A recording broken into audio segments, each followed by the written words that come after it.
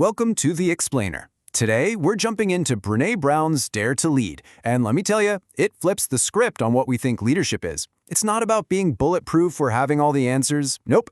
It's all about something way more powerful, swapping that heavy armor for authenticity and choosing courage over comfort. Okay, so right at the heart of everything Brené Brown talks about is this quote from Theodore Roosevelt. You've probably heard it, the man in the arena. For her, this is everything. It's not just some nice, inspiring line. It's a choice, right? Are you going to get in the ring, get your face marred by dust and sweat, and risk falling flat on your face? Or are you going to stay safe in the stands? That one question, that's the whole foundation of daring leadership. So what does that actually look like? What does it mean to be in the arena when you're at work? Well, Brown says it takes a very specific kind of courage. And get this, it starts by shedding the one thing we all think keeps us safe, our armor. And that brings us right to the core problem, doesn't it? The reason so many workplaces feel like a battlefield. It's what Brown calls armored leadership. So what is armored leadership? Think about it. It's pretty much the default setting in a lot of organizations, right? It's all about self-protection. Leaders put up these huge walls to shield themselves from feeling vulnerable. But what happens when you do that? You end up creating this whole culture of fear, blame, and everyone just covering their own backs. And when you put the two side by side, wow, the difference is night and day. On one hand, you've got that heavy armor, blaming, shaming, perfectionism, fear. But on the other hand, daring leadership is all about accountability, empathy, learning, and curiosity. And see that last one, rumbling with vulnerability? We're going to get to exactly what that means in just a minute, but at the end of the day, it's a massive shift, right? It's moving from just protecting yourself to actually growing your people. And the consequences of wearing all that armor? They are huge. Trust just completely dissolves. Engagement tanks. And you know what I'm talking about. You get that toxic back-channeling, the meeting after the meeting where people actually say what they think. And what happens to innovation in a culture like that? It just grinds to a complete halt. Nobody feels safe enough to take a risk, and the whole business pays the price. Okay, so if that's the problem, what's the fix? Well, Brené Brown argues that the answer lies in completely rethinking our relationship with our biggest fear, and that's vulnerability. And look, her research on this is just crystal clear. She says there is zero, not a single shred of empirical evidence that vulnerability is weakness. It's a total myth. In fact, she says it's the opposite. It's our best, most accurate measurement of courage. Being vulnerable is being brave. But what does vulnerability at work actually look like? It's not what you think. Brown tells this great story about an engineer she spoke to. This guy was like, nope, I don't do vulnerability. He literally said, if I get all vulnerable, shit might fall from the sky. Literally. He thought it meant catastrophic failure. But here's the kicker. When she asked him what the toughest part of his job was, it wasn't the super complex engineering. Nope, it was the people stuff. It was having to give critical feedback to someone on his team. That was the moment that took real courage, because he had no idea how it would turn out. He couldn't control the outcome. And that right there is the core of it all. See, vulnerability isn't weakness, and it's definitely not oversharing your deepest secrets at the water cooler. It's the courage to show up and be seen when you have no control over the outcome.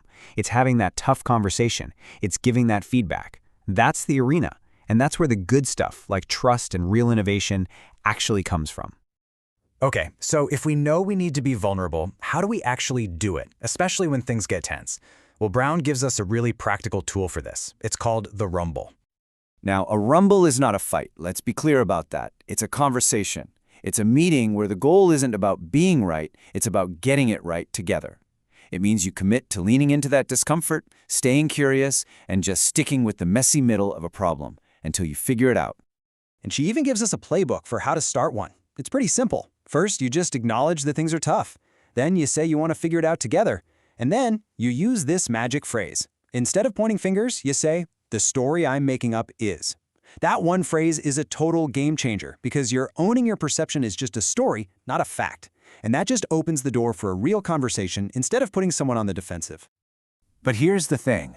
None of this works. Not the vulnerability, not the rumbles, if you don't have trust. And just like everything else, Brené Brown doesn't just leave trust as some vague, fuzzy concept. She gives us a playbook for it. She uses this fantastic metaphor of a marble jar. Think about it. Trust isn't built in these huge, grand gestures. It's built in the tiny, small, everyday moments. Like when a colleague remembers to ask how your sick kid is doing, that's a marble in the jar. When your boss does what they said they would do, another marble. Every single one of those small moments of care and reliability adds a marble to the jar. And to make it super tangible, she created the Braving Inventory. It's an acronym that breaks trust down into 7 key parts. You've got B for boundaries, R for reliability, A for accountability, and so on. You can literally use this thing like a checklist to see where trust is strong in your team and where it needs some work. And one of the biggest aha moments in here for me is the V for Vault. We all think of the Vault as, I won't share your secrets. But it's more than that. It's also about not sharing information that isn't yours to share. Think about it. If your boss gossips to you about a colleague, what does that tell you? It tells you they'll gossip about you too. The Vault is a two-way street. Okay, so after all this hard, uncomfortable work of being vulnerable and having rumbles and building trust one marble at a time, you might be asking, what's the payoff? Why go through all of it? Well, the payoff is huge. The goal is to create what she calls a courage culture. This is an environment where being brave is just normal. It's not the exception. It's a place where people feel safe enough to take risks, to be creative, to mess up and learn from it, and to show up as their real selves. That's where the magic happens. That's where you get the best ideas and the highest performance.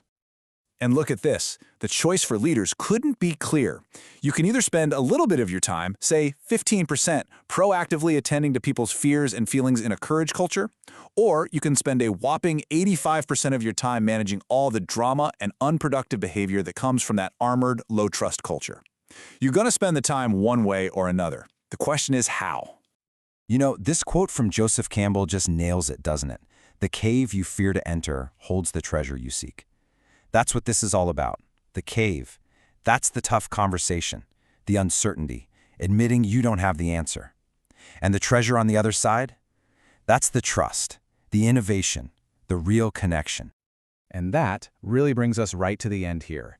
Daring to lead, it isn't some big abstract idea. It's a practice.